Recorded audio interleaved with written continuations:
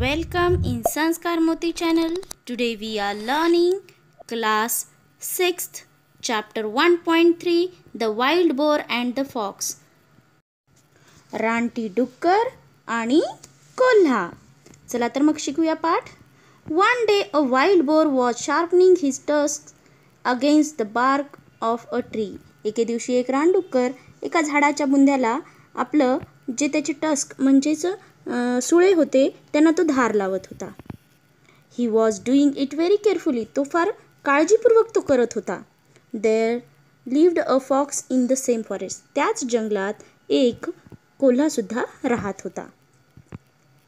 He was always looking for a chance to make fun of other animals in the forest. आणि तो नेहमी जंगलामधल्या इतर प्राण्यांची टिंगलाटिवळ करण्यासाठी संधी शोधत राहायचा. When he saw the wild boar, जेव्हा त्याने त्या जंगली रानडुकराला पाहिलं, he decided to tease him. आणि त्याने त्याला चिडवायचं ठरवलं. He began to walk around the trees, looking left and right and up and down. तो उजवीकडे, डावीकडे, वर, खाली सगळीकडे पाहू लागला होता. झाडाच्या अवतीभोवती फिरू लागला होता. He also began to act as if he was really scared, but the boar did not pay attention to him. He kept right on with his work. आणि त्यानंतर तो असं दाखवू लागला की मी खूप घाबरलेलो आहोत. तो स्वतः कृती पण करू लागला, परंतु रानडुकरानं मात्र त्याच्याकडे कुठलंच लक्ष दिलं नाही आणि आपलं काम त्यानं तसाच करत चालू व्यवस्थित ठेवत होता. At last the fox said with a grin, why are you doing that.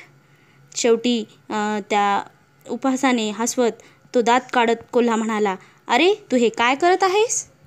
I tried very hard but I did not see any hidden enemy or danger. आणि मी खूप प्रयत्न केला की इकडे तिकडे काही आहे, मला इथं कोणीसुद्धा शत्रू किंवा एखादं संकटसुद्धा दिसत नाही आहे. True replied the bore. आणि याच्यावरती उत्तर देत रानडुक्कर म्हणाला, खरं आहे. Just now there may not be any danger, but when it really comes, here won't be any time to sharpen my tusks. हो, आता या ठिकाणी माझ्यावर संकट नाही आहे, परंतु ज्यावेळेस माझ्यावर खरोखर संकट येईल तेव्हा माझ्या सुळ्यांना धार काढायला मला वेळ नसेल. त्यासाठी My weapons have to be ready for use then. If I am not ready, I will have to suffer.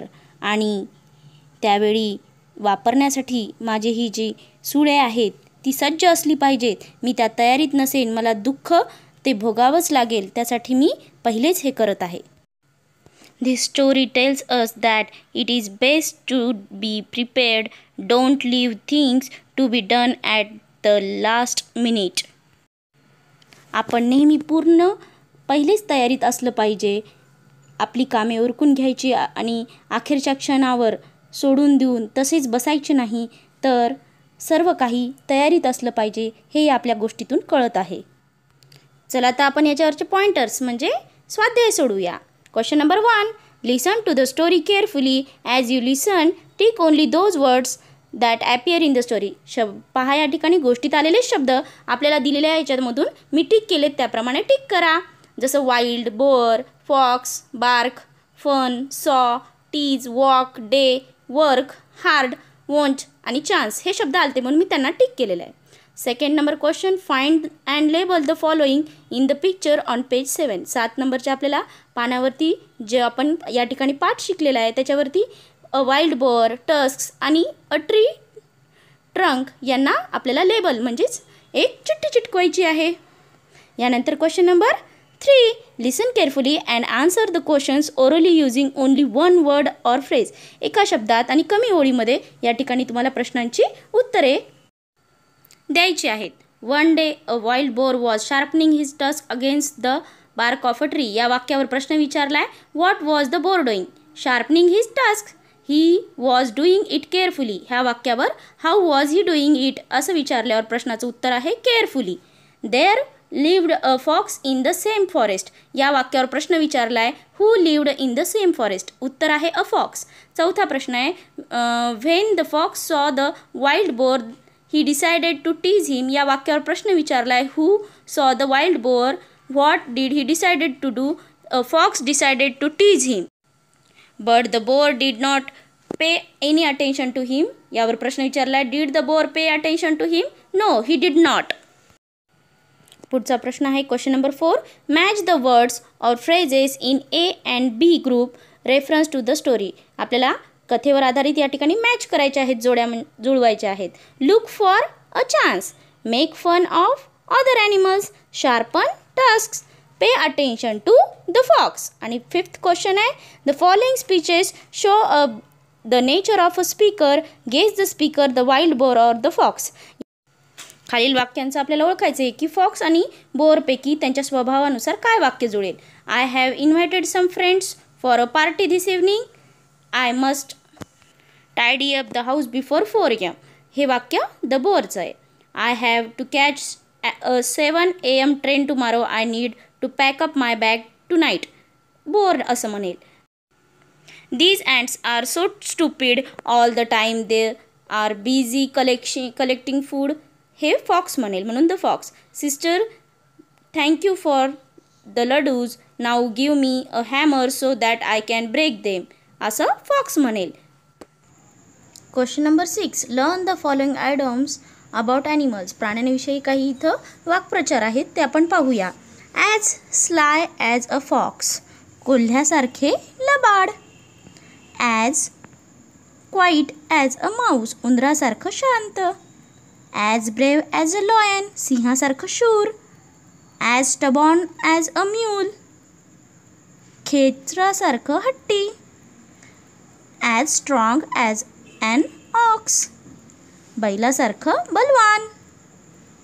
As slow as a snail, गोगलगाईसारखं हळू किंवा मंद. ॲज फ्री ॲज बर्ड, पक्षासारखं मुक्त स्वतंत्र.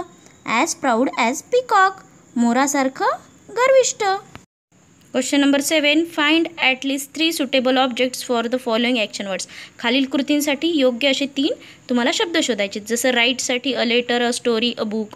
डेकोरेटसाठी a stage, a home, a hall. पेंटसाठी a picture, walls, a box. ड्रॉसाठी a line, picture, a map.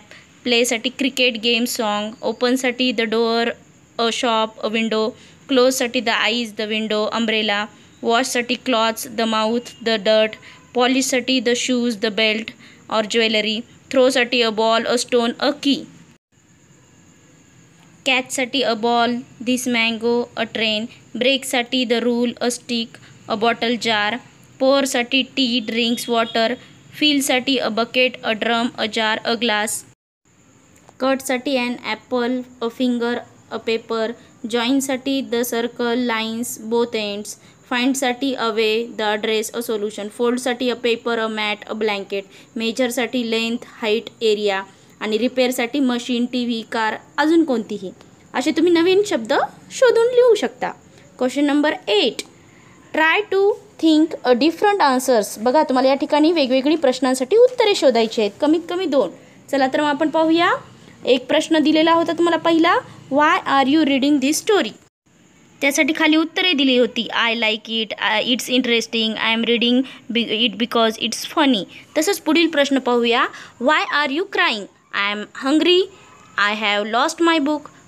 Third question, why are you laughing. It is my habit, I heard a funny joke. Why are you sitting on the table. This is my table, I feel like a king here. Fifth question is, why are you shouting. I will shout whenever I will like to shout. I am feeling bad. Sixth question, why are you eating so fast. I want to win running race. I am eating fast because I wish to grow fast. अशा प्रकारचे वेगवेगळे तुम्हाला वाटतील ते उत्तरं तुम्ही त्या ठिकाणी लिहू शकता. Last question 9.